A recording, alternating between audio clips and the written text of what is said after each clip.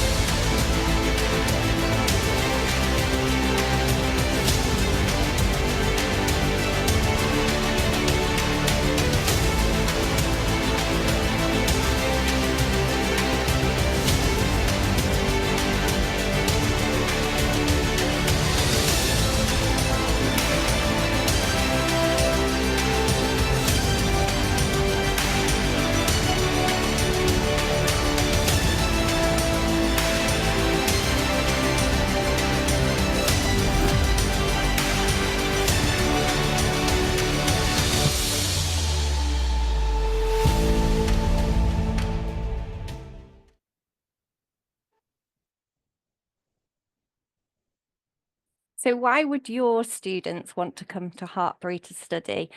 There's a number of reasons. Hartpury is not your average institution. And I say that with a long background of working in international education. My previous experience has been in working for very large universities that offer pretty much every degree program under the sun. So Hartpury is a very different offer as a small and specialist institution. And what I've seen on campus since I've started is a real passion in our student body.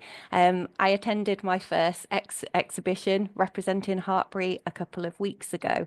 And to be honest, I wasn't sure what to expect representing a small and specialist institution, but I saw that passion even there. We were approached by future students that have been following us on TikTok, on Instagram, and they knew about us and they were dashing over saying, oh my gosh, I love Hartpury. I really, really want to come to you, because they have that strong passion in the subject areas that we offer.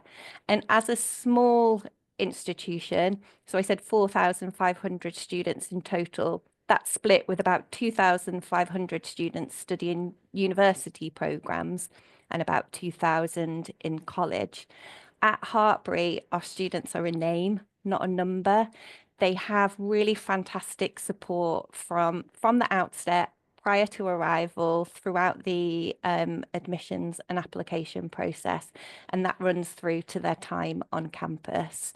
So they develop these really close relationships with their fellow students, with the academic staff as well, because they see the same faces around campus and they're really proud to belong. You see our students, you see our staff members in their Hartpury branded clothes because they're proud to represent their university and their college. So you really feel that strong sense of belonging. And since I've started, I've made a real effort to chat with our current students and ask them to share their experiences, what it is that they enjoy about studying at Hartpury. And it's always that sense of community that comes across.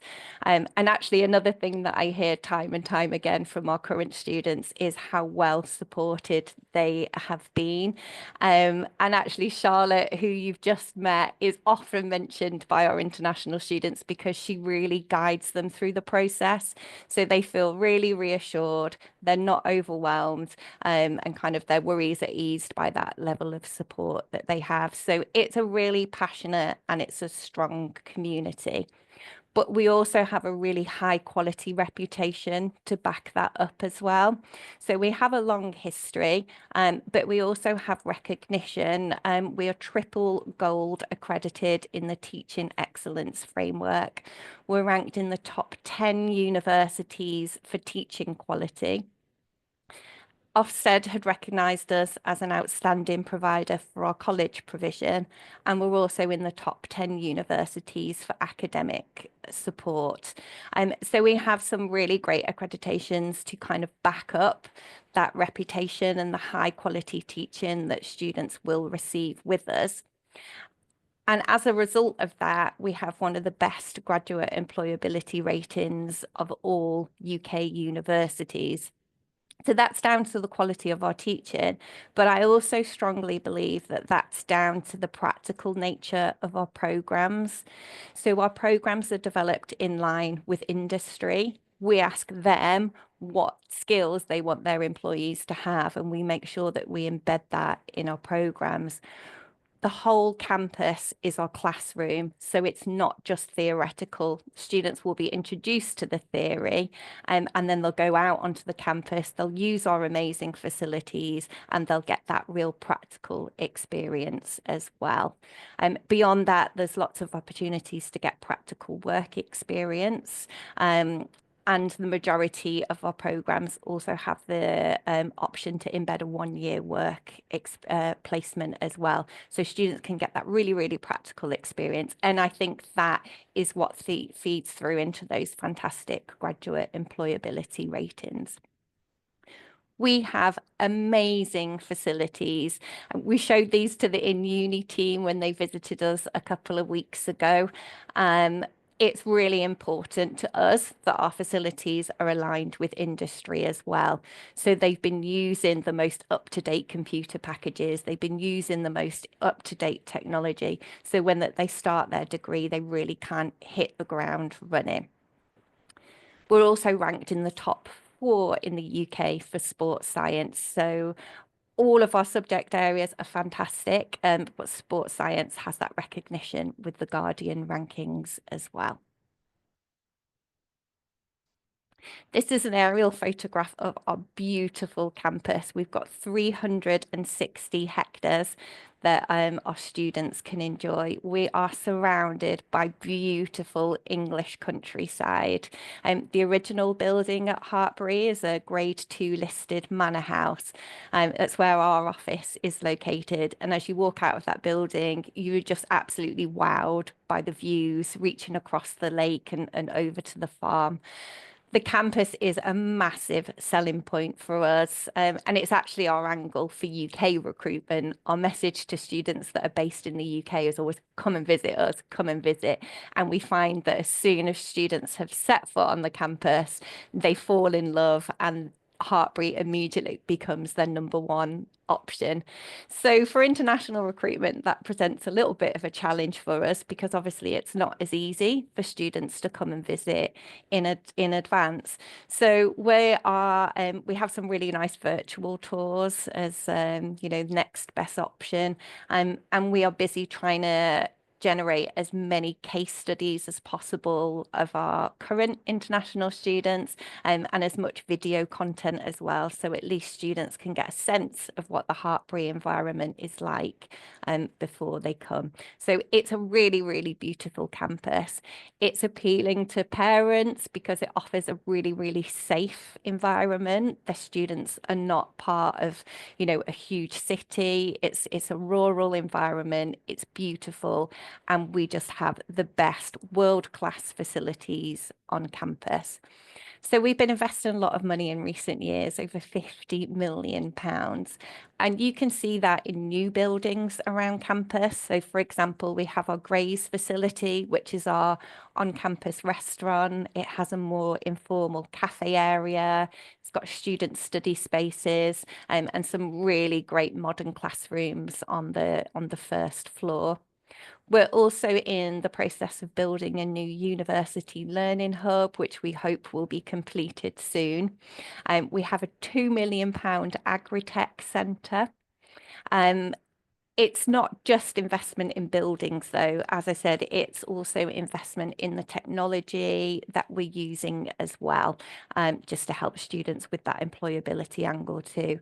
We have our own farm based on campus. So for agriculture students, that is an absolutely amazing opportunity to get that practical experience.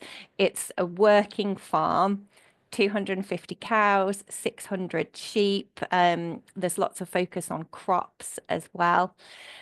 We've also invested 10 million into our sports facilities in recent years, and you can see that in brand new pitches, top of the range equipment in our gyms, and in our sports labs as well.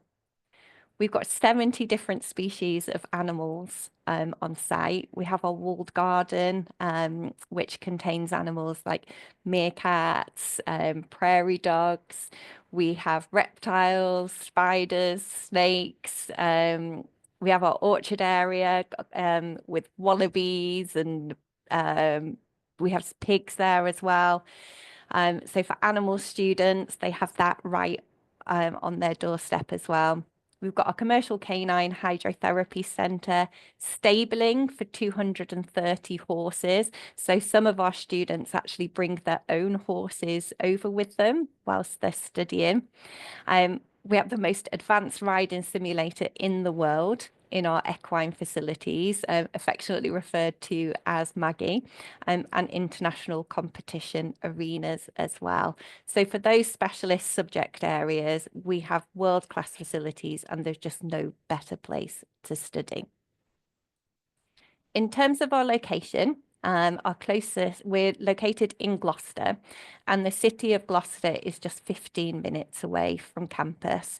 So although we're in that lovely rural environment, it is very easy to get to the local city as well for shopping or more socialising. There's a shuttle bus that runs in between campus and the city. It's really reliable. It runs regularly. I take the shuttle bus myself when I'm visiting campus, and I've never had any issues with that. So it really is nice, easy way to travel in between the two and give our students the best of both worlds. So that beautiful campus environment, but access to city facilities as well. But not just Gloucester, it's easy access to lots of different cities around the UK. Our students also tend to spend time in Cheltenham, which is a really lovely town. It's got some great shopping there as well. But we're also close to the major cities of Bristol, Cardiff and Birmingham as well. So our students really do have everything that they need on their doorstep. Just this morning, I was having a chat with one of our current students from Pakistan, and she is studying a PhD program with us that's related to computer science and technology in agriculture. So I was asking her about her experiences at Hartpury and, you know, what her experience was all the way from the application process to now. She's in her final year and due to hand in her thesis at the end of the year. And she absolutely loves the campus, but really enjoyed living. She's actually based in the city of Gloucester. And what she particularly enjoyed was that Gloucester is a cost-effective city to live in. And because she's a PhD student, she splits her time between Gloucester, and she also travels over to the UE Bristol campus to use their robotics facilities. Bristol's a much bigger city and more expensive as well. So having that experience, she just felt that Gloucester was really the right place for her. It's a city that has lots of amenities, but it's not so big that it's overwhelming. And because of its smaller size, it just means that it's much more cost effective as well. She's keen to stay in the UK when she graduates, and she's particularly looking for opportunities around the Gloucester area because she feels so happy and so settled, and she wouldn't want to move too far away. So she thought that the location was really, really fantastic for our students. So how much do our programs cost? Important question. So our undergraduate degrees are £18,150 per year, and that's the cost for tuition only. We do offer an all-inclusive package at Hartpury for our international students, and the aim of this is to help our students with their budgeting. It's enjoyed by parents, particularly, I think, because they can be reassured that all of the costs are paid up front and they know that their students are eating well, they've got access to transport, etc. So in the all-inclusive package, it's £32,450 for their first year, and that includes their tuition. It includes 3 meals a day in Grays, our on-campus restaurant. It includes their accommodation. And when they arrive in their accommodation, they'll have everything provided that they need. So their bed linen, all of their crockery, their pans, their cutlery. They'll also have access to the gym. And it also includes up to 6 airport transfers per year as well. So if students want to go back home to visit their family, we cover the cost of their transport from the closest airports, which would either be Bristol, Birmingham or London Heathrow. So students can take advantage of that as well. So it really helps with budgeting. The all-inclusive package is only available to students that are staying with us on campus. For postgraduate study, our fees are £20,625 per year. The only exception being our master's programme in biodiversity conservation. That one's a little bit more expensive at £21,725, but otherwise our fees are pretty standard across all subject areas. Our students are required to pay 50% of their tuition fee upfront. So for our students joining us in September 2025, we've just begun to send out their fee invoices. So they'll receive the details of their tuition fee overall, and the breakdown of how much they need to pay. So the deposit must be paid within good time for us to be able to issue their CAS letter so that they can then go on and apply for their visa. The remaining 50% can either be paid before or at enrolment in one instalment, or they can set up a payment plan. So they can spread the cost of the remaining 50% either across 3 termly instalments or 8 monthly instalments. So they can break down their costs, and that would be arranged via a reoccurring card payment. Happily, we have some scholarships as well, just to help our students with those costs. The biggest award that we have is our International Vice-Chancellor's International Scholarship. This gives our students a £3,000 tuition fee discount off the cost of study. It's a separate application, so students would need to receive an offer for their programme first, and then they could go on and apply separately for their scholarship. It's not based on merit. They've hit that criteria in getting their offer of admission. We're really looking for passionate students, where studying their degree is going to help them to make a real difference. We have our Andrew Beecham Awards, and this is particularly aimed at rugby players based in South Africa and Zimbabwe. That gives them a £1,500 tuition fee discount. And both of these scholarships are available to undergraduate students and postgraduate students as well. But for undergraduate students, the discount is applied to the first year of study only. A fantastic opportunity for students is to apply for one of our postgraduate sport studentships. So this gives an opportunity for students to study a sport-related master's programme. But in addition to gaining a master's degree, they also gain some fantastic practical experience working in our sports academies. So we advertise a range of positions from players, coaching staff, analysis, marketing roles. So students would work to generate some fantastic work experience to add on to their CV, their resume. And they would receive a tuition fee discount as well in recognition for the work that they're doing. The tuition fee discounts range per position, but it could be a discount of anything from £1,000 through to £5,000. So that is a brilliant opportunity to get a tuition fee discount along with their master's degree and some practical work experience, which is really going to give their employability a boost. For students interested in agriculture, we have a £2,000 tuition fee discount, and that is automatically applied to all students that would like to study agriculture, postgraduate or undergraduate. And for this programme, the tuition fee is discounted from each year of the undergraduate degree. So it's quite a significant scholarship, that one, and it's in recognition of our long history in agriculture. We have £1,000 regional scholarships, which again is automatically allocated for students that are based in certain countries. This list is reviewed every year, so keep an eye on this one because we may be able to add more countries to this list for 2026. So we'll let you know about any changes to the scholarship criteria there. For our undergraduate students that want to stay with us and progress to a master's degree, we offer a 10% alumni discount. We also have a range of sports scholarships which are available to talented athletes.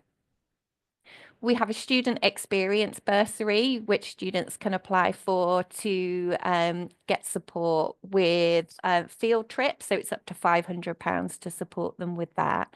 And of course, some external scholarships available as well, such as Commonwealth and Chevening. So there are a range of tuition fee discounts currently on offer. We are also in the process of putting in a proposal for a new business scholarship. Our business programs are new, so we thought it'd be a really nice idea to have an additional scholarship specifically for our business programs. We haven't got approval for that one just yet, but watch this space because hopefully we'll have some more scholarships to add in future, and we'll let you know as and when that's approved. So I'm going to hand over back to Charles, who's going to take you through our application and entry criteria. Thanks, Lydia. I hope everybody's keeping up. I had seen some questions popping up in the Q&A, and a couple of them I'm hoping to answer for you right now. So in terms of our entry criteria for our undergraduate programs, we are looking for students who have completed secondary education. So in the UK, that's equivalent to A-levels or level 3 extended diplomas. There are specific subject requirements that are very much dependent on the individual courses. And I know Aisha is going to take you through some of the processes that we have outlined a little bit later on in the presentation. Primarily, those subjects tend to be those that have a heavy biology content or science content. And we will ask for that information as part of the application. It forms part of our main entry criteria by programme. For postgraduate programs, we are looking for relevant undergraduate degrees from recognised universities or institutions within countries. And we, to assess that, we use ECTIS in the same way that in uni always have. In terms of the minimum entry criteria, we can consider the equivalent of a 2-2 degree, but that must be accompanied with relevant experience in the field. Primarily, when you look at our website, you will see that the most of the degrees we're looking for at postgraduate is 2-1 and above. So as I've said, 2-2 is acceptable, but please do make sure that they have the relevant experience in that field. So just moving on to English language proficiency, and this is always a sticking point for a lot of agents, so it's something to be very clear about. We primarily look for the IELTS academic examination with an overall score of at least a 6.0 for our undergraduate programs. It is higher for postgraduate, and that is outlined in our main entry criteria information that we will be providing to you. We do also take a number of alternative UKVI approved tests. And if Lydia just swaps my slide for me, I can go through those with you in a little while. So first of all, we will cover the countries. So obviously we have exclusive territories with you. So that's the Middle East for our postgraduate students. Obviously you are also recruiting undergraduate, but on a non-exclusive basis in the Middle East. North Africa, excluding Morocco, West Africa, India, Kazakhstan, Turkey, and Pakistan. The UK, obviously, very much covered by our home inquiries anyway. And there's some links that are provided here, and we can also provide outside of the presentation that will take you to our international student landing page, and also those individual country pages as well. So just moving on to the UKVI approved tests, please be aware we do not accept letters of proficiency or MOIs. We will only accept the English language tests that we specify. So you will see the table is very clearly the secured English language tests that the UKVI will take. The reason we do this is because particularly at the moment, there is a massive call from the UKVI to centralise and to use secured English language testing to ensure that everybody has the proper understanding of their programme when they come to the UK, but also that they are able to work, live and study within the UK. So we will consider TOEFL and Cambridge Advanced English for academic purposes, but please do be aware that the student may be asked to take a secured English language test for immigration purposes, as we do not tend to accept TOEFL and the CAE for immigration. So just to be very mindful of that. You can see the scores are outlined there for IELTS. It does say IELTS UKVI. It's UKVI academic or academic. So we will take either of those because they are both accepted as part of the secured English language testing provision for the UKVI. I think I'm now handing over to the lovely Aisha.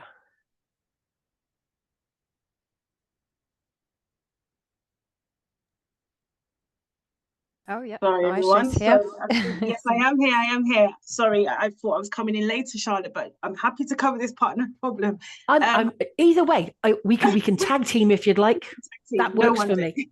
That's fine. That's fine. So English language proficiency test results is a document requirement. It's the standard list. I think Charlotte can jump in if she wants to explain a bit further, but it's proof of English as she just explained. Personal statement or statement of purpose, depending on how you want to name that, is also required as well, explaining why you want to study at Hartpury, and understand exactly what your intentions are as well once you are on campus and once you finish your studies. I think it's the standard requirements for the statement of purpose. And then also a copy of your passport is what we require upon application submission.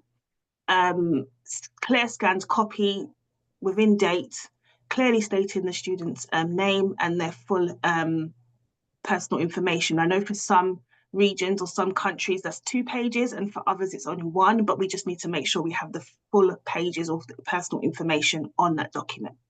And then 1 reference, clearly mentioning the contact details of your academic referee. Now, this is what's slightly different with Hartpury. Hartpury needs to understand who your referee is and have their contact details. So it needs to be clear of who is referring you, who your reference is, as well as their contact details, their name, as well, and their position at the institution or at the workplace, depending on what reference you provide.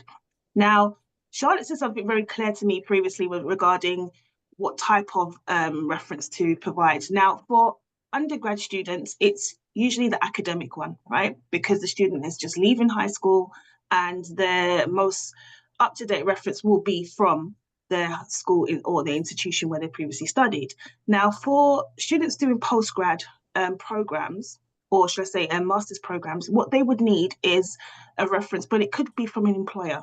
It could be from an employer that they have relevant work experience that's relevant to the chosen course, or anyone, well, usually is within your workplace, but we just understand that sometimes people have left school maybe 15 years prior. They haven't done their bachelor's in a long while, so they can take the work experience reference for grad students. Also, if you have multiple references, if you've got 1 or 2, you can provide both of them. It's up to you. And then lastly, it's high school transcripts and certificate is also required for undergrad students. So that's a must. In terms of transcripts, we can also take, if you just go back 1 slide, I'm not on to postgrad yet, Lydia, sorry, thanks.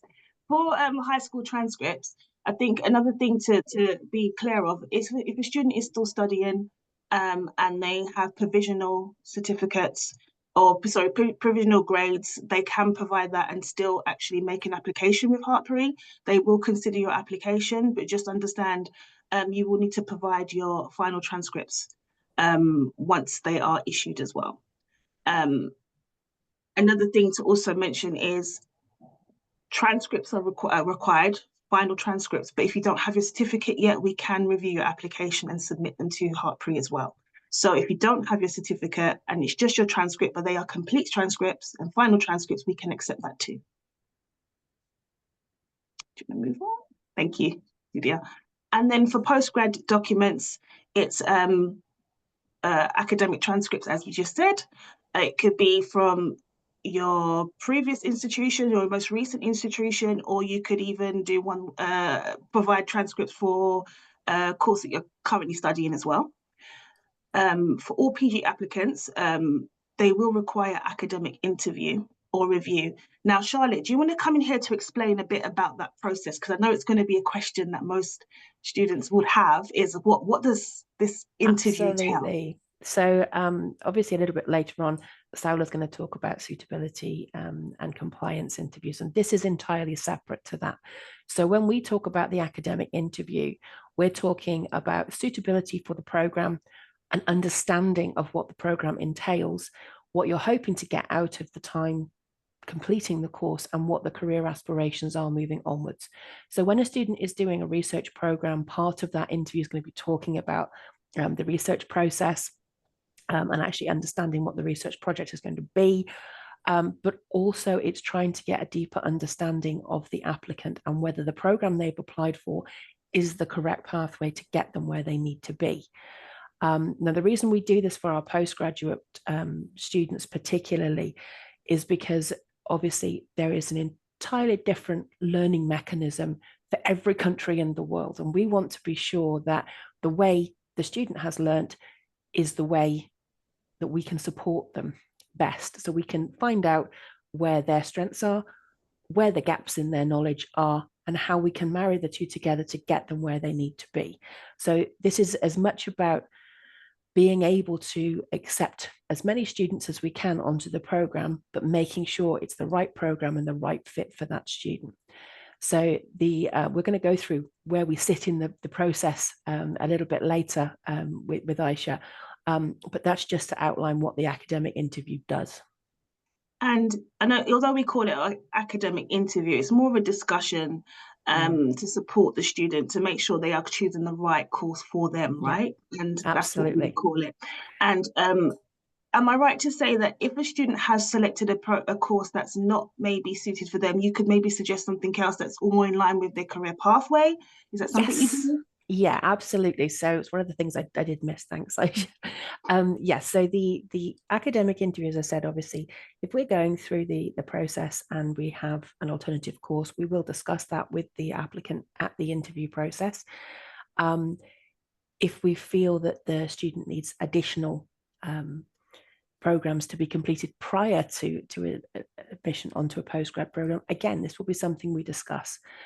We do try where possible to meet the needs of the individual. So as Lydia mentioned earlier, Hartpury students are not numbers, they are people, they are names. And the whole purpose of this is being able to make sure that that named person comes into Hartpury and leaves feeling that they've done absolutely everything that they aimed to do when they came to us. So getting through that academic interview, making sure you're on the right program, that's the best way to do that. Thank you, Charlotte. And just something else you mentioned as well regarding the research programs.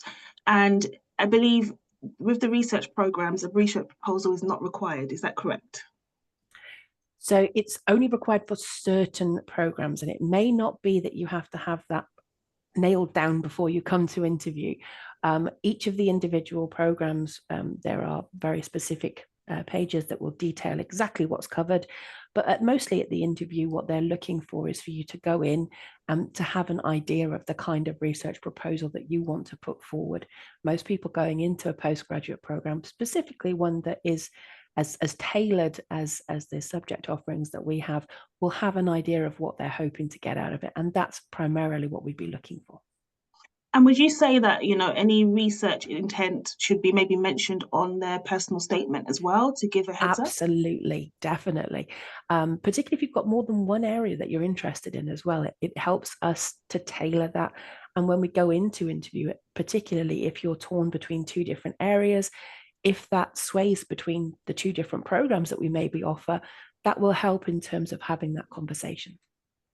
Understood. Thank you, Charlotte. So if I continue down the list, proof of English is another requirement, as already discussed. Personal statements, and on here it's listed as 2 for grad students. But I believe, Charlotte, you've already confirmed that it can be 1, right? Okay. Yeah, and absolutely. So just at the right? bottom, I think we've now got 1 reference. Yeah. So yes. So yeah. If you do have, as Aisha's already mentioned, sorry, if you have a relevant work experience, we would have that as your primary reference. If you then have previous academic references, they can be submitted as part of the additional documents that you provide for us. Right, thank you. And CV to date, once again, that would just only back up any experience you've previously had, or any current experience you have within that sector as well. That would help. Passports, clear scanned copy as well. And we've just touched base on references again. So yeah, I think that's the list of required documents for postgrad students. Now, this is the flow. So this is an application flow simplified. There is obviously more steps, if we don't provide the right documentation, but I'm going to take you through the ideal situation where you're going through from start to finish, where everything is fine and there's no issues. This will be the ideal process for an applicant. So application and documents are received via the GUS Gateway, which is the in-uni agent portal. The application is then reviewed by a member of the in-uni admissions team, and confirmation of application is sent out, which is we call a COA. So registration letter or email stating the course selected, as well as the student's personal information and duration of the course, as well as the next steps. Now, if there's additional documents required upon registration, it would also be listed within the COA. Next step would be suitability interview, which Saula's going to jump in after this to explain a bit more about. And then application submitted to Hartpury. So once you've completed your suitability interview and passed successfully, your application will be referred over to Charlotte and her team to do a review. Now, this is where it differs between undergrad and graduate students. For undergrad, it would be undergrad students will go straight to unconditional offer if they've provided all of the required documentation that we just discussed. They will then go on and skip the step and go straight to accepting their offer. For grad students, this is where the academic interview comes in, where they would have to do an interview, as Charlotte just explained, and then once successful, they will go on to receive an offer and accept the unconditional offer. Next step would be invoice issued and payment plan. Now, this part I really want to discuss with you because it is a bit different from maybe what you're used to, but I think it's very useful because at this stage, once the student accepts their offer, they will be sent an invoice from Hartpury. Hartpury will then expect you to pay your deposit, but also choose what payment plan you would like throughout your duration at the university. This is a best way for you to understand exactly what's expected from you financially, what to plan for your duration at the university as well. And it would also give the university a heads up of what your choice is so they can accommodate you once you arrive on campus. So once that's all done, so invoice is received, payment plan is selected and you've paid your deposit, the next step would be CAS document submission. So you would submit all documents required for your CAS application. Once that is reviewed and by the team, your CAS will be issued. Once your CAS is issued, you can use that to then apply for your visa in the UK. So the next step will be visa granted, and then finally you can prepare to travel to the UK and join Hartpury and then enroll at Hartpury University. So that's a quick overview of the application process. Charlotte, do you want to come in at any point? Do you think I missed anything or anything useful to actually discuss at that point? The only additional thing that I would probably add is obviously, we've mentioned about the academic interview process and obviously moving forward for that. But just going back one step on that, so we've got the undergraduate students. As we mentioned, if a student is an undergraduate student and they are still currently studying at this point, as we've mentioned, we can still take their transcripts with their predicted grades. And if we're in a position to make an offer, it would be conditional upon them achieving in the summer. So just to make you aware, yes, we would still consider a student for a conditional offer on the basis of completing their necessary English language and completing their studies. And the same for postgrad as well. So when we go through that process, if a student is still completing their undergraduate at the moment and they're applying for postgrad, not a problem. We can still consider that. It would then be conditional upon meeting those terms. So it's just to make sure we're not making everybody wait until they've completed everything. We are still able to consider students. So unconditional offer would only be issued once they provided the final transcripts. That's correct, yeah. Understood. Thank you, Charlotte. And I think that's it from admissions. Saula, I'll hand over to you for suitability interview. Thank you very much, Aisha. All right, so I can already see questions popping in the Q&A section about the suitability interview and its process. And the first question I saw was, is it applicable for both undergraduate and graduate students? Yes, it's applicable to both. The duration is from 15 to 25 minutes. Now, while booking the interview, you might see slots looking slightly larger, half an hour. However, this does not mean that the interview is half an hour. The interview usually takes around 15 minutes, depending on how much the student wants to share with us. And it's conducted via Microsoft Booking. So the booking process is pretty straightforward. The student receives a link. I will go through that a bit later. Um, and it's a one-on-one video interview. So that would be the student and one of our interviewers. And that's a video format again. So what is the purpose of this stability interview?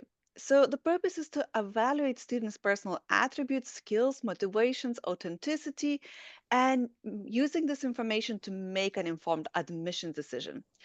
This interview helps us to lower visa rejection rates and improve retention rates, as well as identify genuine students, stay in line with the UKVI partner requirements, and provide support to help students clear the UKVI interview. Every student is different, so is our interviews. We adapt questions to the student if we do see that the student is passionate about one area and perhaps has a little bit less research about another area. We would focus on the parts where the student feels more comfortable. Our purpose is to identify motivated students ready to study at Hartpury. And if we go to the next slide, please. So what can we assess on the interview? So what can students uh, encounter during an interview? So one of the things we're going to be looking at is communication and English skills such as fluency, clarity, and reasoning ability. However, I wouldn't be too worried. This is not a test, and neither is it an interview. Look at it as more of as a conversation between a uni and the student to understand the student's intentions. Also, genuineness and intent. So, study motivation, post study plans, and ties to the home country. We're also going to be speaking about previous visa rejections, longer study gaps, and intent to work over and study.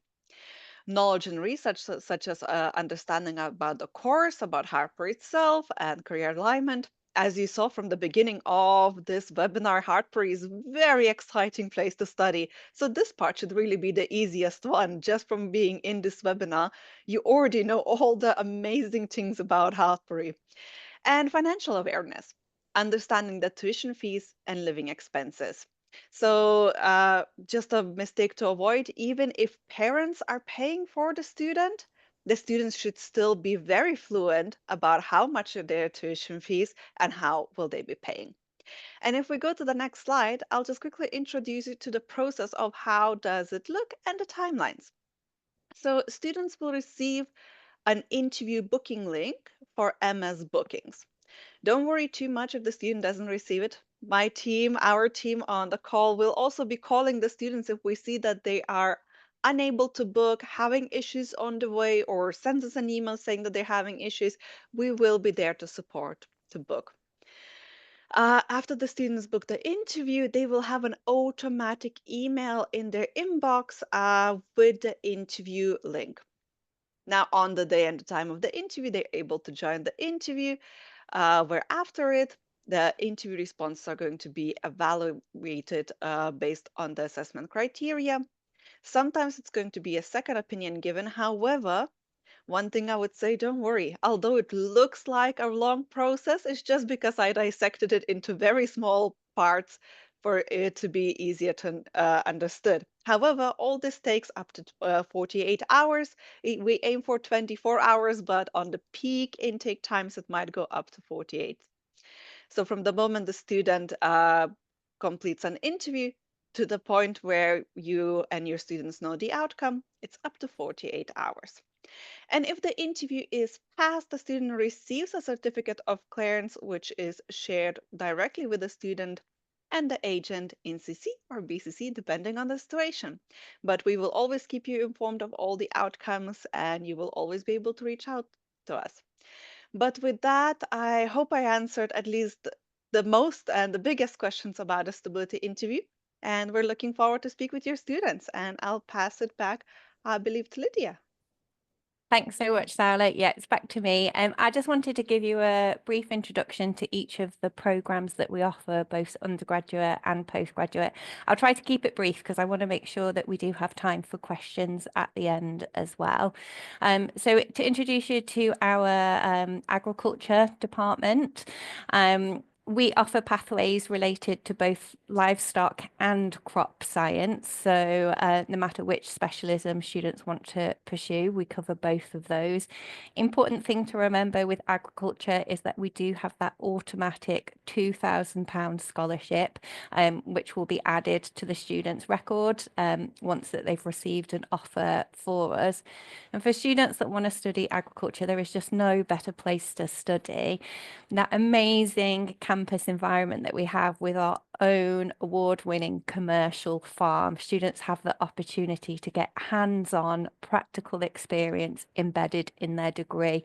So the theory will be introduced and then they'll go out to the farm and they'll get that practical experience on top. So that is really helping them to boost their employability.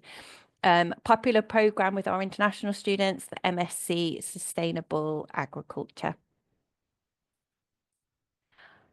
For our animal department, we have a larger portfolio of programs available here. So there's a lot of choice at undergraduate level and a number of postgraduate programs as well. Again, the campus is our classroom here. We have access to such amazing facilities. And as I said, we saw that when the In Uni team visited and we got out and about, seeing the meerkats get fed. I can't say everyone was brave enough to enter the reptile zone and see the spiders and the snakes. But students have that right on campus. And again, the theory will be introduced and they'll get out into the walled garden, into our orchards, and they will be able to really get hands-on real life experience there. We have the latest technology and facilities in our animal science laboratories. We also have a brand new vet nursing centre as well. And all of this is built with industry in mind. We work really, really close with industry. We have lots of really strong relationships with local employers for our students to get that practical experience. We've had a long reputation for our equine courses. Our facilities are world class. There's no other university in the world that has this range of equine related programs, and our facilities are seen as genuinely outstanding, and they really do attract students from all over the world onto these programs. So we have international competition arenas, performance centre. Again, for equine, there is just no better place to study. As I say, students can even bring their own horses, but we also have Hartpury horses available as well. There's programs for students that ride, and there's also programs for students that don't ride. They just have that passion for equine. Again, there's a really wide range of sports programs. We've had that £10 million investment into our facilities. So the students really are using the latest technology. There's opportunities for students to get practical experience working in our sports academies with high-level athletes. And of course, remember that we have those studentship opportunities for our postgraduate sports programs as well. So students not only get the master's degree, they get a tuition fee discount and they get practical work experience in our academies too. Our business courses are new. Particularly our business management and enterprise masters program. That program is going to be brand new for September 2025. So Hartpury programs traditionally have been focused around particular passions and subject areas. So this is really our kind of first time branching out into more of a general subject area. Obviously, we've got a lot of competition in this space. I guess every university, probably around the world, offers business programs. So you might be asking, why would a student come to Hartpury specifically to study business? Well, again, our business programs have been developed in partnership with industry professionals. So these courses have been designed to make our students as employable as we possibly can. And there's a strong focus on developing an entrepreneurial mindset. There's a lot of small businesses in the Gloucester area. So locally, that's really important. But we find that a lot of our international students are interested in, when they go back home, either setting up their own business or perhaps taking over a family business. So this is going to give them those entrepreneurial skills to do that. But even if they don't want to go and set up their own company, having that entrepreneurial mindset is even incredibly useful as an employee, because it's going to give you that creativity and the ability to think outside of the box. When you encounter a problem, you're going to be able to come up with a solution. So it's training them into that mindset. We have just recently gained accreditation from the Chartered Management Institute. And this is dual accreditation. So students will not only graduate with the Masters in Business Management and Enterprise or the undergraduate degree in Business Management, they will also be accredited by the Chartered Management Institution. This is an accreditation that is recognised globally. They have 170 partners around the world. So this, again, is a badge of quality that they can have on their CV and will hopefully help them to gain employment in the future.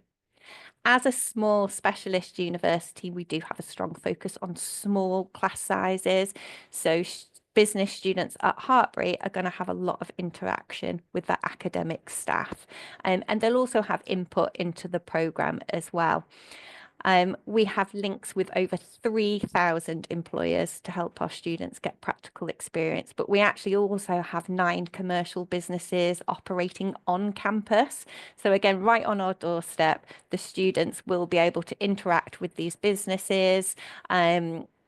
The businesses will talk to them about problems that they've encountered with their business, and the students will work in small groups to come up with solutions to those issues. So again, it's another really, really practical program, small class sizes, and really been designed with their employability in mind. So those are our academic departments, but we also have 9 sports academies at Hartpury.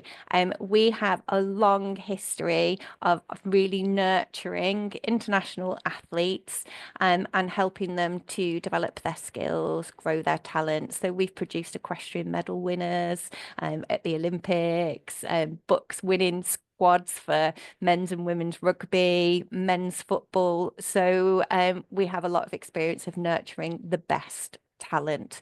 I'd say our equine, rugby and football academies are particularly strong. Many of our graduates have gone on to play professionally. So this is an amazing opportunity for athletes. We are looking to grow the number of our academies going forward. At the moment, our Athlete Performance Academy covers sports that aren't listed in the main academies. And at the moment, cricket comes under Athlete Performance. We'd really like to grow our 9 academies to 10, and we would really love to introduce a cricket academy. We've got really strong links with local clubs. We think with our facilities, it's something that we could do really, really well, and we would love you to support us in this. If you have students that have an interest in cricket, and we can consider all levels, because our academies are generally tiered. So if they're at the top of the game, they can play for our top level, but there's something for everyone. So perhaps they just love it, but they're not particularly great. They can play at a lower level, and there's always loads of sports and games going on campus for students that just love to watch as well. So we would really like you to help us grow our cricket academy. If you have any players, please introduce them to us. The first step would be for them to have conversations with the academy. They can give them lots more detailed information on the opportunities there, but we would really love to grow that with your support. We think it could be a brilliant resource for students where they can play cricket, follow their passion, and at the same time, a lot of our athletes will choose to study one of our sports programs or one of our business programs. So that's part of our ambition going forward as well. But it's not just about academic opportunities, it's about extracurricular as well. So what does life typically look like for a Hartpury student? Well, we have a really active students' union, and we have a newly formed international student society. So these are some of our current students that have formed a society because they really want to help support our future students. So they will be there to greet our students when they arrive, September 2025. They're going to be running lots of social activities just to help them get settled in, give them lots of practical tips, where's the best shop to go to get coat hangers and things like that, what's the best SIM card to use. They really want to kind of pay it back and help to support our future students that are coming through as well.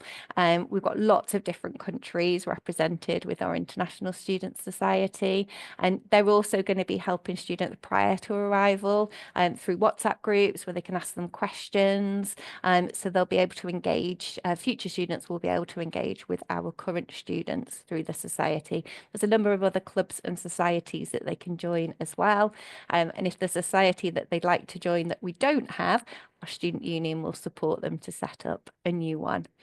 So the student union is the heart of extracurricular student life. There's lots of themed nights. So we have live music, summer balls, various sports tournaments. So this is where students would typically spend their time in the evenings. On top of that, we help our students to explore the UK with fortnightly weekend trips. There's always lots of sport happening on campus, particularly on a Wednesday. So our students often love heading over to the pitches and supporting our students down there. We have great gym facilities, as I say, with that investment in our technology and equipment. So students might like to join the gym, and they can also get involved in charity work, volunteering opportunities, or maybe part-time job, work placement to help boost their employability as well. So we will support them to do that. I completely appreciate that coming to study from another country is a big step. It might feel overwhelming, and it is important that our international students receive a lot of support. They certainly do at Hartpury. I say prior to arrival, Charlotte is absolutely amazing, guiding them through the process. Once they arrive on campus, they'll have a full orientation programme supported by both staff and the Student Society as well. But throughout their student journey, once they're on campus, there are a lot of activities and programmes in place to support them as well. So they're not alone. This is Ralph, our therapy dog. Students can book to take Ralph out on a walk. We often see him around campus for a little stroke. He loves a fuss. As well as Ralph, we do have our dedicated wellbeing team. So there are on-site nurses for any health-related issues. We have counsellors, wellbeing officers as well. There's a student assistance programme which runs day and night if a student needed to speak to anybody. All students will be assigned an academic tutor, and we do everything we can to ensure that that's the same academic tutor that stays with them throughout their studies. So if they're an undergraduate student, it's somebody that they can really get to know well, and have a strong level of support there. There's lots of study skills workshops, so if students need just a bit of extra help with that academic writing, how to format, structure, reference, we can help them with all of that. It might just be that they get incredibly nervous in exams, so we can help them with that too. If a student has a particular disability or they need support, we can work with them on that to understand what additional support we can put in place to help them to succeed and do the best that they can. And on top of that, everything is designed with employability in mind. So we have our Innovation Careers and Enterprise Centre as well, which is to help students with part-time work placements, but graduate work as well. Everything from helping them to build a CV, a resume that's going to stand out, interview practice, identifying potential employers that they might like to work for, and helping them with the process for graduate jobs. It's all covered by the Career Centre. So there's a lot of wellbeing support available for them as well. We have both on-campus accommodation and city-based accommodation. So it really comes down to personal preference. Would students prefer to live in that campus environment, be part of that really strong, close community? Or would they prefer a more lively environment where they've got shops, lots of restaurants, cafes on their doorstep? It really does come down to personal preference. I do normally encourage students to stay on campus at least for their first year, because I do believe it helps them to settle in.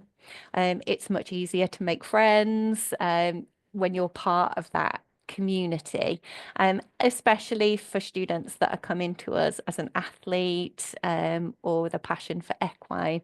Quite often those students might have some early starts, so it's probably helpful for them to be on campus and be able to walk across to the stables or walk across to the sports academies than having to get the shuttle bus from the city centre. All of our accommodation, whether it be on campus or city centre based, they're all en suite. So students will have their own bedroom, they'll have their own bathroom as well, and they'll just share a small kitchen, communal area, kind of hangout spaces with other students. So areas they can go to if they want to socialise, but also importantly, their own private spaces as well. You know, if they really need to concentrate on their studies, or I'm sure the first few weeks are quite overwhelming as well. So just to have that space to kind of relax and recover too. Students, when they apply for accommodation, they can let us know what their preferences are, and we will do their best to allocate that. We do guarantee accommodation for all of our first year undergraduate students, but that could be on campus or off campus. If you remember, I mentioned that we do offer an all-inclusive package. So that's one fee that covers their accommodation, their tuition, their meals, and so on. That is only offered on campus. So students that choose to have the all-inclusive package would be allocated on-campus accommodation. Students can also put in any particular preferences that they have. We have some bedrooms in Hartpury House, which is our grade 2 listed manor house, so students can stay in there. That's our quiet and alcohol-free accommodation. So if students have any preferences such as that, single-sex accommodation, quieter accommodation, they can let us know. We'll do our best to allocate that accordingly as well. So there's a few different options just according to personal preference.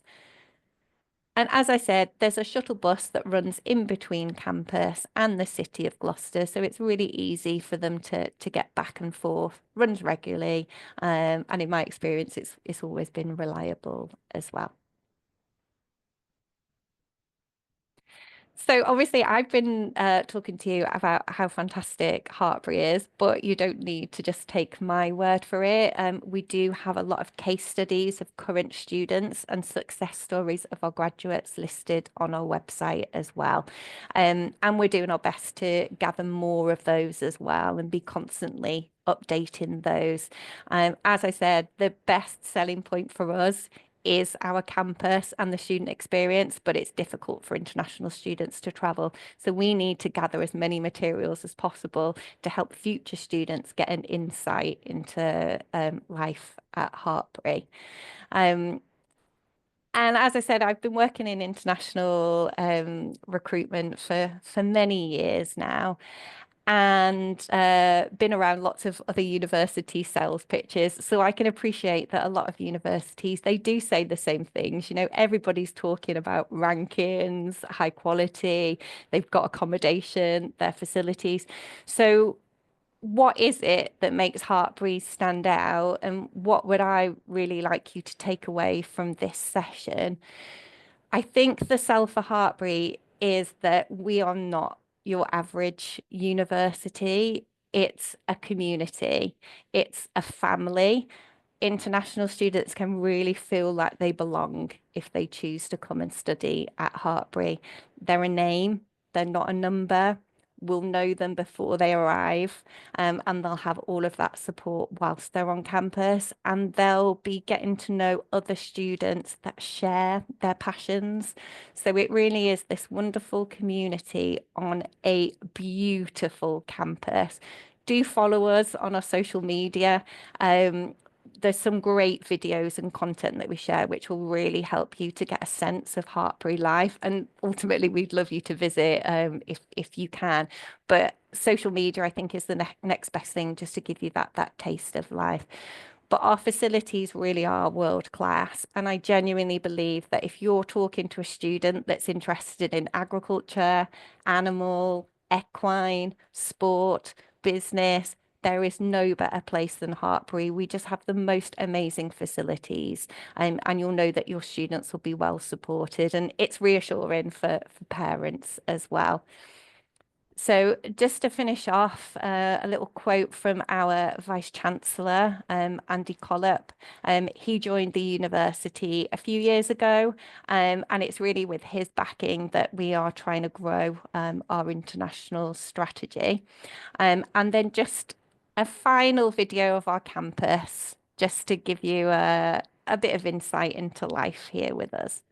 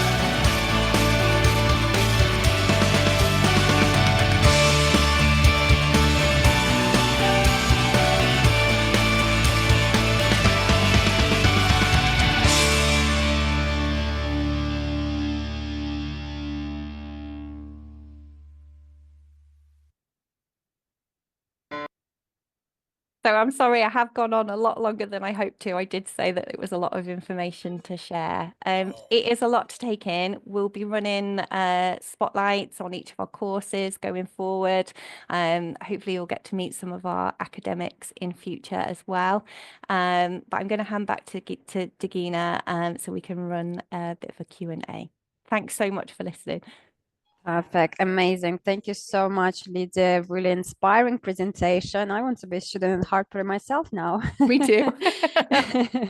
And yes, agreed. It's a good way to start getting connected with the university by following social media pages. There's lots of information there as well for our partners and potential applicants as well. And from a uni side, we will keep you posted on any new developments too. Thank you so much also, Charlotte, Saul and Aisha. Really great and very useful information. Let's just try to go through the questions where maybe they haven't been answered yet. And we'll go from there. I can see people already leaving because I can appreciate some people would need to go elsewhere, but we'll take a few questions. Okay, so installment plan. There is a question for Pakistani students, but I would imagine it's the same across the board, right? Yeah, so just to touch on, obviously, I know we've answered it previously. So 50% is required at the beginning. The remaining 50% can be split into installments, and that can be over 3 or 8 installments throughout the year. Excellent, thank you. There is a question on the tuition fee for bachelor's degree in veterinary science. I know, Lydia, you've already covered tuition fee. Probably the best way would be we will be sharing the course list, the presentation, the recording as well, and you can take obviously further information from there on specific courses, information, fees, scholarships, etc. Okay, so just to reiterate on the credibility interview question, please could you confirm whether it's done before the deposit or after? Sarah, do you want me to cut in here? So this is before. So the credibility interview forms part of the process that sits within uni before they hand over to us at Hartpury. So you'll have done the suitability interview before you come to have your documents and everything sent to Hartpury. And you would only be required to pay a deposit once you have been made an offer of place, whether that's requiring the academic interview or not. So it's not until much later in the process that we get to the deposit payment. Amazing, thank you, Charlotte. Okay, I know this question came up when we visited, but just for the audience here, so for the Masters by Research programs, can students bring dependents? Okay, so Hartpury MRes programs are registered with the UKVI as research higher degrees. So yes, they do entitle students to bring dependents to the UK with them. Obviously, just a touch point on that, and I really do have to make the point in terms of immigration, is that obviously the UKVI have cut down on the ability to bring dependents to the UK, and it is something that they are concerned about at the moment in terms of a student's suitability to take the programme rather than the student's right to bring dependents to the UK. So just to be really mindful of that the primary thing is to come and study the course. If you're able to bring dependents, then that's great. But we want to make sure that the course is the right course for the student. Thank you. And in terms of the outstanding tuition fee, so once students covered 50%, obviously they would be eligible for CAS, provided they meet the other requirements for CAS request. For the outstanding fees, can students pay it upon arrival at Hartpury? Yep. So as I've mentioned, the payments can be made in either 3 or 8 installments if you'd rather. If a student would rather pay them before enrollment in the September, then that's fine too. I think the question actually mentioned, could you pay once you're inside of the UK? That's fine, but please do bear in mind that when we go through the invoicing process, we provide individual payment links for our students to submit their payments, and that's done via Flywire. Right. So Flywire is the best payment method to use. It's the payment method that we use for all of our international payments. The only exception is where a student has a UK-based bank account in their name in order to be able to make that payment within the UK. Otherwise, all payments for international students go through Flywire at this time. Understood. Thank you. So you've mentioned obviously no acceptance of MOI. However, I understand TOEFL and Pearson are being accepted. For academic, yes, they are. However, as I highlighted in the tab earlier, secured English language test is still required for immigration purposes. So just to add to that, Dagina, I would say no. I mean, because if it's only required for academic, it means you might as well just provide another version of English proficiency, because it's not going to be accepted for immigration purposes. So no, exactly. I haven't added it to the entry requirements because it doesn't make sense adding it if it's not going to be accepted. It doesn't. Sorry, just to sort of touch on that as well, Aisha, is obviously we know some students do come and go, I've already got TOEFL. You go, yeah, that's great. You are still going to need to have the secured English language test. So that just kind of backs up what Aisha has said there. Okay, so if you require a visa to come to study in the UK, you would need to provide SALT. So it's either UKVI, IELTS, or Pearson. So please ensure you go for the right type of English test. Okay, so your GPG percentage requirement again. So we will share the relevant documents just so that you know the entry criteria for your specific country as well. I think some of the questions are the same here. Restrictions. Okay, if students completed A levels and IB, would they still need to provide a proof of English? Right. So the question there is also about IGCSEs. We will accept IGCSE English language as a first language if it has been taken in a majority English speaking country. That is the current guidance from the UKVI, and that's what we tend to follow. The same with IB. We can take IB English at standard 3 or above if it's been taken in a majority English speaking country. Otherwise, the secured English language test is required. Okay, majority English speaking country as per the UKVI you mentioned. All right, Yes. so it's similar as if they completed, let's say, undergraduate or postgraduate degree in English speaking country, so that would be accepted as a proof of English. That's correct, yeah. However, if they studied, let's say, bachelor's or master's awarded by a UK university, however, it was, let's say, in Sri Lanka or India, that would not be accepted as a proof of English. That's correct, yeah. Okay, understood. Thank you.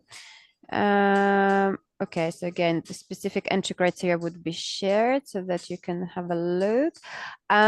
What about study gaps? Does the university have specific guideline on study gaps?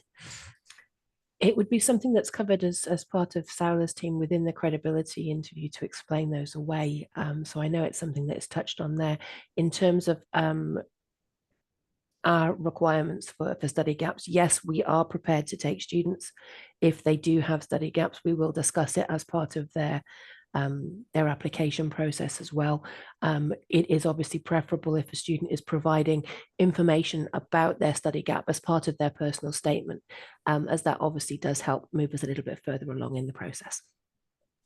Right, thank you. So as long as you obviously justify your student study gap, so within the CV, so CV needs to be up to date, your personal statement supported with references, perhaps if you have a lengthy study gap, and admissions can and compliance team can review it from there.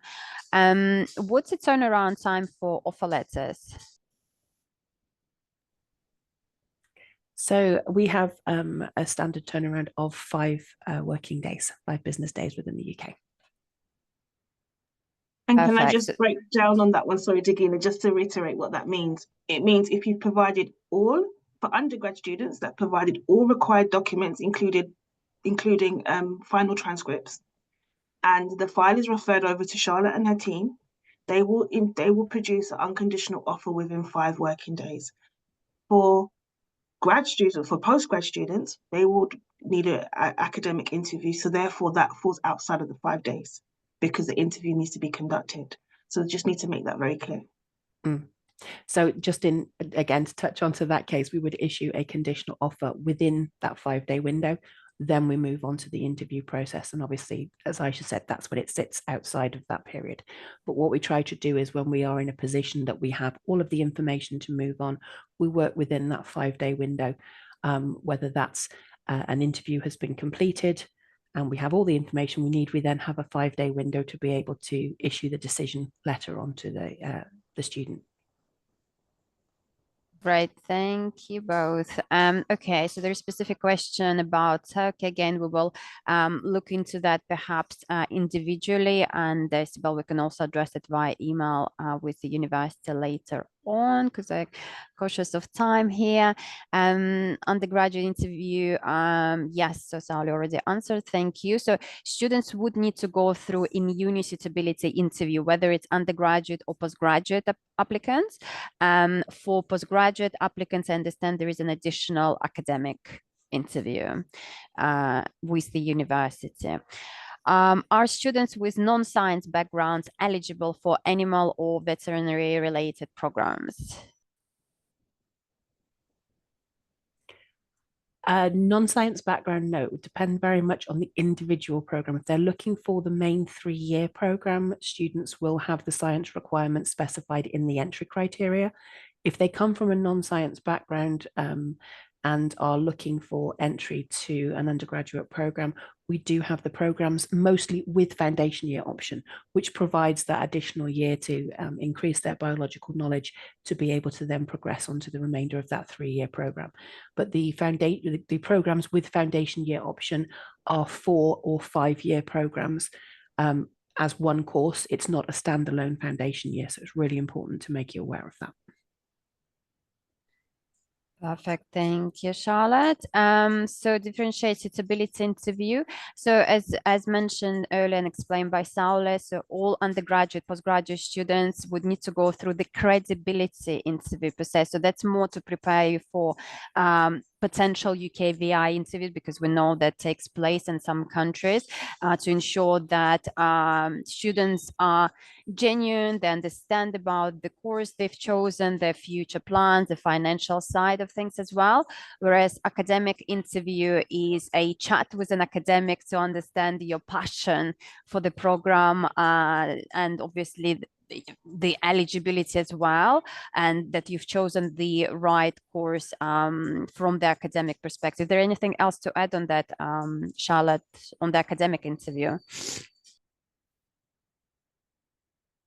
I don't think there is anything more to add other than what we've already covered in terms of the academic interview. It really is a question of making sure that the program suits the applicant, that they are on the right track, really. So I don't think there's anything more that I can add at the moment. What I want to add, though, from my point of view, is it's called an academic interview, but it's a discussion. There's no way to prepare for this interview other than if you're doing a research program and you've got some research intent that you want to discuss, but it's about having a discussion. So you can't really prepare for this academic interview because you're just having a discussion about your passions and why you've chosen Hartpury. And if you're genuine and you want to go to Hartpury, there's nothing to prepare for other than understanding what your future plans are. And I think that's what needs to be really clear. Yeah, exactly. Yeah, as we've mentioned, and Lydia's certainly said over and over, Hartpury is a very specialist institution. If you're coming to Hartpury, you're coming to Hartpury because this is absolutely where you want to be, at the forefront of world-class learning in our very specific areas. So when you're coming to that interview, you have a passion for that field, and that's the area you want to move into. So yeah, just to reiterate that. Great, thank you. Can we submit applications via agent portal? You can submit your applications via GAS Gateway. So that's a portal, obviously, we use as an uni, as a part of GAS network. So if you already have agreement with us for Hartpury, then you should be able to submit applications there already. If you haven't got the agreement yet, but you work with us for other institutions, students recruitment, then simply complete B2B inquiry via your GAS Gateway portal access, and we will pick it up from there. If you've already provided references, then they should be accepted if you recruit for our other UK partner universities. And we will progress your agreement request for activation. Once that's finalized, you will be able to start filing your students' applications via the portal. And please aim to provide a complete file. We're already in April, so we want to make sure we reduce the obviously back and forth on your students' applications. So please provide the required documents from the start, and our admissions will make assessment. CAS request process, is it done via CAS Shield, or is there a specific student portal that Hartpury uses? So we have literally just taken CAS Shield on for this coming September. I'm actually in the process of onboarding it at the moment as a system. So yes, it will be via CAS Shield.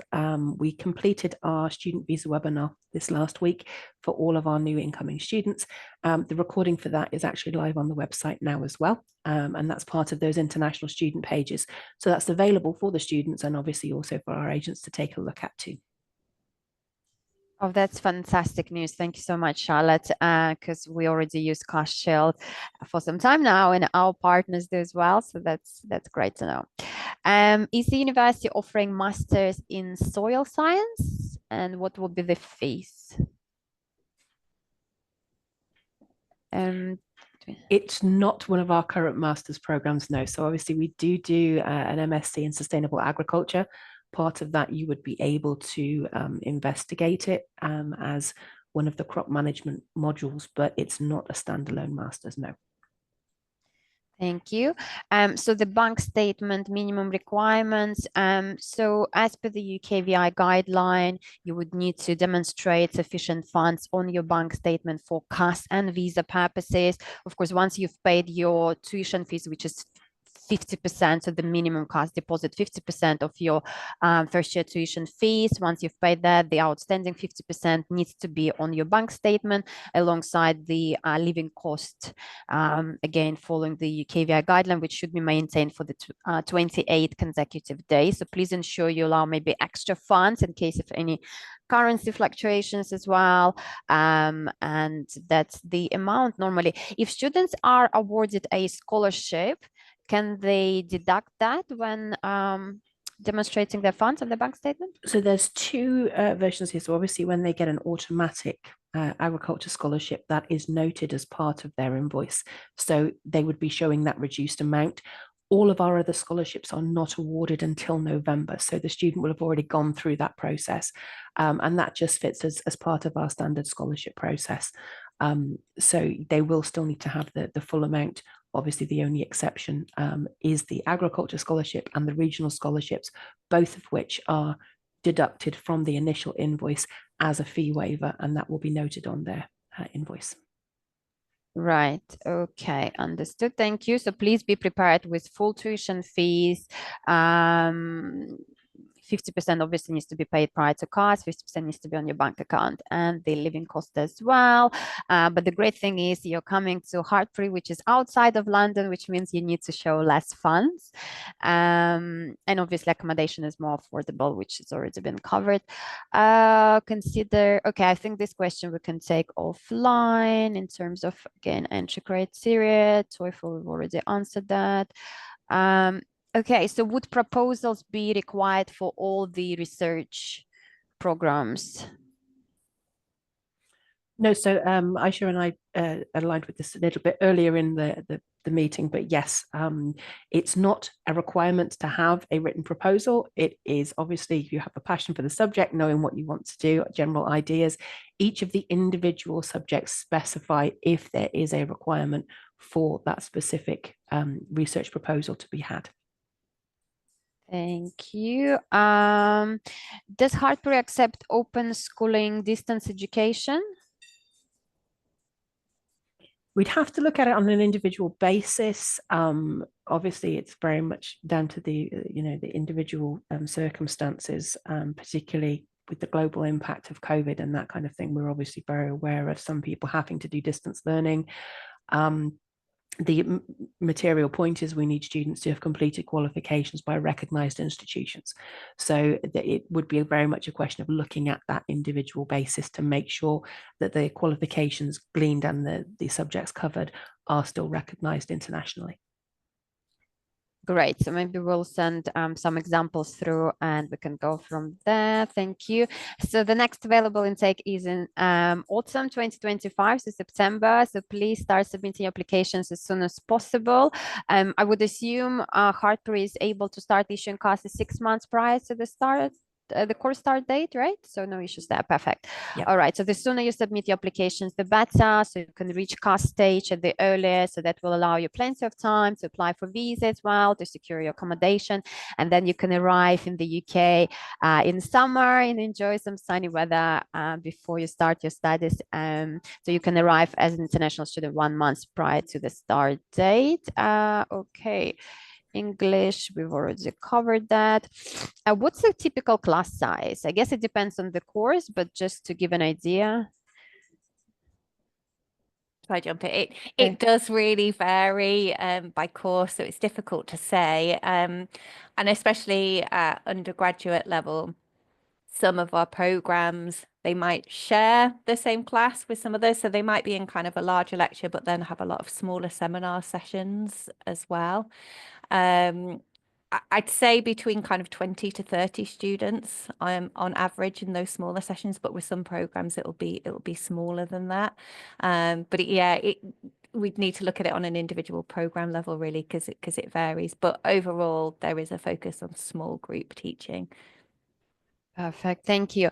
And in terms of the work placements, internships, you've already mentioned employability rate, of course. Maybe if we can have an additional slide where we can list some of the examples, or perhaps it's already available on Hartpury website. I would imagine we can just provide specific links when we share the presentation with the attendees. So that might be also useful. Major intake. So for now, it's September. That's the main intake, right? But there might be winter intake, which is still being discussed, right? There's potential in future for us to open a January intake for our business management and enterprise program. So that's not running just yet, but the way that the program's been designed does allow us to do that. And so if we feel that there's interest, it's certainly something that we can consider going forward. Yeah, great. So for Iranian students, they have issues with their banking system. Can they make payments directly to the university via bank transfer? Is there an option? At the moment, it's not something we've considered. We do have Iranian students currently and previously, and they've all been able to utilize the Flywire payment system. We can look at it on an individual basis with our finance team, but obviously in terms of ensuring that we are able to receive the money effectively, and then obviously if there was any instances where we would need to return the money, we have to be able to have very, very transparent procedure for doing that. And it does make it more difficult if we're taking international bank transfers. So that's one of the reasons for the Flywire agreement. But certainly we can look at it individually with our finance team. Great, thank you. And with Flywire, sorry, can students also use their credit card if they have a credit card? Can they pay using credit card? Yeah, okay, great. Thank you. GAS portal offers. Okay, so can we recruit students for all university and college programs, right? Or are there any exceptions? Everything. Perfect. So that's undergraduate, postgraduate, research, PhD, and A-levels programs as well, and preparatory programs for undergrad applicants. Amazing. I think that was the last question. You'll be pleased to know we nearly reached 2 hours. So that was one of our longest webinars, but really, really useful information. Thank you so much once again to all the presenters. And thank you to all the attendees as well. Like I mentioned, please ensure you submit your B2B inquiry via GAS Gateway. If you haven't done so, or if you're new to us, perhaps feel free to reach out to our team on the ground as well, who will be able to guide you through the B2B process. And we will pick up your inquiry from the GAS Gateway once received and progress your agreement for activation the soonest so that you are able to start filing your applications via the portal. Please ensure you follow the process that was mentioned earlier and submit your applications via GAS Gateway only to ensure the tagging is done from the start and we don't have any issues in future. Thank you so much. Please stay tuned. We'll have more webinars on Hartpury. It's our new exciting baby show, we say. So we will be posting you on further updates and we'll share the recording and presentation as well. Have a great day and we'll speak to you soon. Bye-bye.